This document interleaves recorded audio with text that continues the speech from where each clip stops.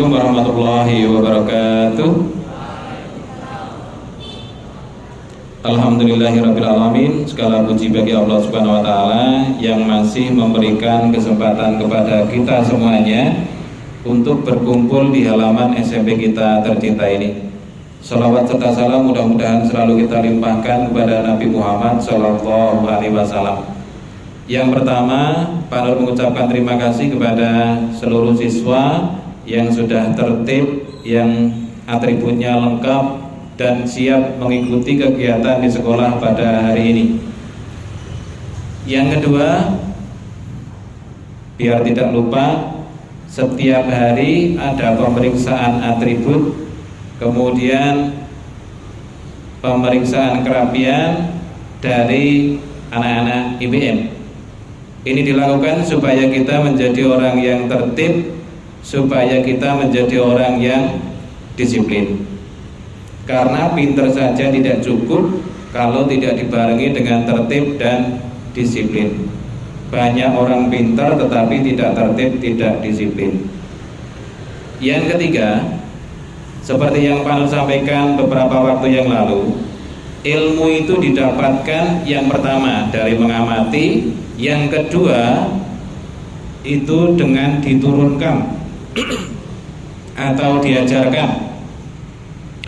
Ketika seseorang itu mengamati hal-hal yang baik, kemudian dia mencontoh, kemudian dia menirukan, sehingga itu menjadi kebiasaan, maka kebiasaan baik itulah yang akan membuat seseorang itu menjadi baik. Kalau profesional, dia akan menjadi orang yang mahal harganya. Pada suatu saat Pak Nur ke Bondowoso, ini pada waktu belum zamannya Android, ya, ke Bondowoso, mampir di sebuah pom bensin. Pom bensinnya biasa aja, tetapi yang luar biasa itu adalah pelayannya, sing tukang menjual bensinnya itu. Wanita berjilbab dan cantik. Pak Nur nek ngomong cantik, ya cantik temenan. Ya nek ngomong gak cantik, gak cantik. Kalau cantik, cantik betulan. Kemudian ketika Pak Nur mampir di musolanya di pom bensin itu, Pak Nur sambil mengamati. Iki wong ayune koyo ngene gak dadi artis toh. Iki ayune koyo ngene kok gak profesi yang lainnya. Kenapa kok dia itu menjadi karyawannya di pom bensin itu? Ketika sampai istirahat itu, dia ke kamar mandi, kemudian keluar. Saya tanya pada waktu itu, penasaran Pak Nur itu, nenek wong unik-unik ngono penasaran. Ketika saya tanya, Mbak, lulusannya sampean apa? SMK Pak. Oh, SMK. Kamu tidak melanjutkan sekolah? Saya sedang kuliah juga Pak.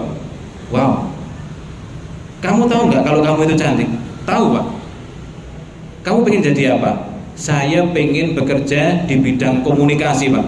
Makanya saya ini siang bekerja, sorenya dia kuliah. Terus uang yang ini hasil dari kerjamu ini untuk apa? Macam-macam Pak. Kalau kuliah di bidang komunikasi itu harus cantik, harus menarik, dan yang lebih penting Pak, ketika saya bekerja di pom bensin ini, saya mudah tersenyum. Karena SOP-nya di pom bensin ini, semua karyawan itu harus tersenyum, harus menyapa orang. Dan itu saya lakukan ribuan kali Pak, tiap hari Pak. Ada orang datang, selamat siang Bapak. Wah, luar biasa. Jadi dengan mengamati seperti itu, sebenarnya kita itu dapat ilmu gitu loh, Rek. Mengamati yang baik-baik, ya, bisa dapat ilmu. Kenapa kok ada orang yang tersenyum itu otomatis seakan-akan dia itu tersenyum aja? Kalau kalian lihat youtuber yang bagus-bagus itu, bukan youtuber yang sampah gitu ya, itu luar biasa ilmu dan inspirasi yang kita dapatkan dari sana. Ada Meriana siapa itu, dia itu motivasi 2 menit 1 menit dia tersenyum, dia tamatan dari Australia. Jangan dipikir di sana itu enak-enakan, dia tidak punya uang di sana, kehabisan uang sehingga dia kerja paruh waktu. Nah, dengan mengamati seperti itu, kita itu sebenarnya bisa belajar kok. Ya, kita bisa belajar.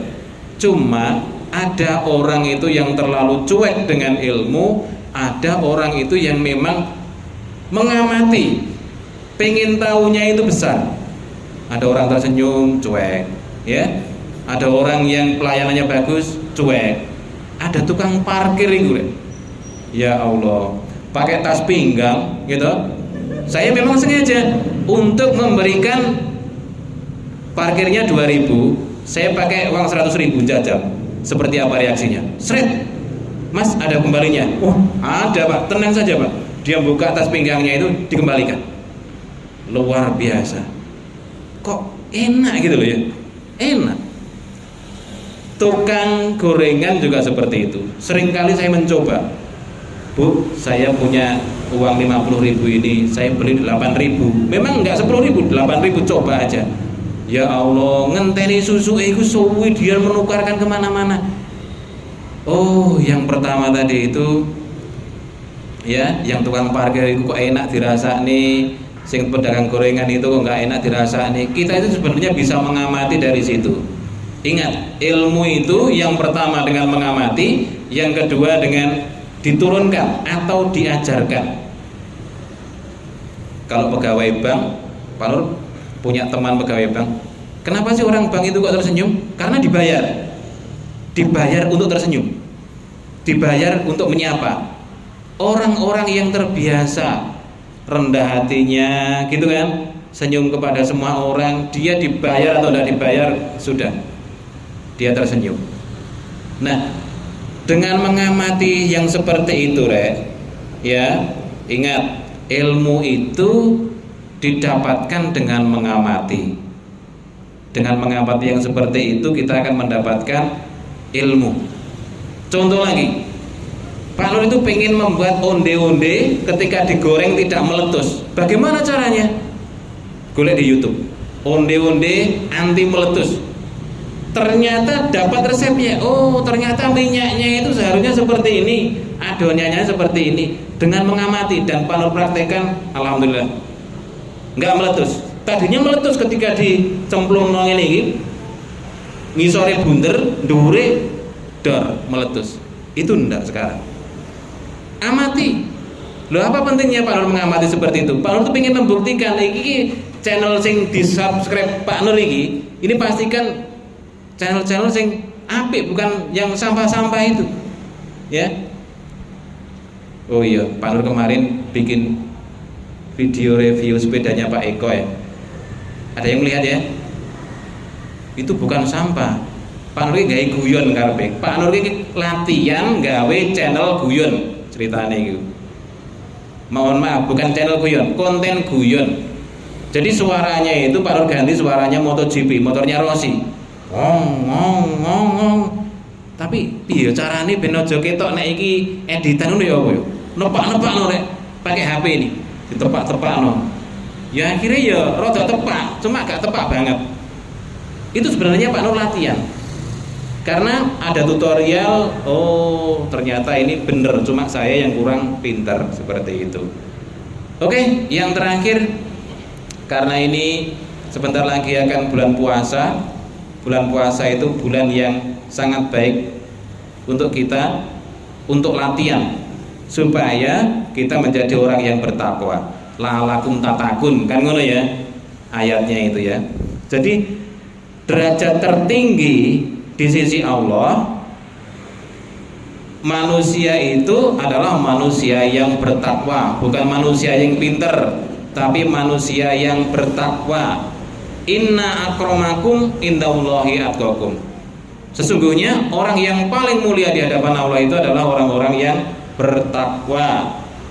Maka dari itu kita harus menyiapkan mental, kita harus menyiapkan fisik kita, supaya nanti puasa kita menjadi puasa yang benar-benar bermanfaat, bukan hanya puasa untuk diet.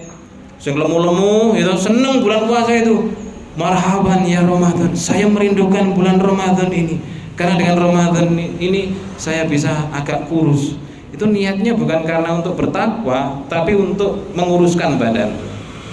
Sing seneng mangan, ya Allah poso maneh. Iki par kiamat iki. Perasaan lagi dhewe iki poso, saiki poso maneh, susah, ya. Jadi kita harus siap-siap. Oke, terima kasih. Kurang lebihnya mohon maaf. Assalamualaikum warahmatullahi wabarakatuh.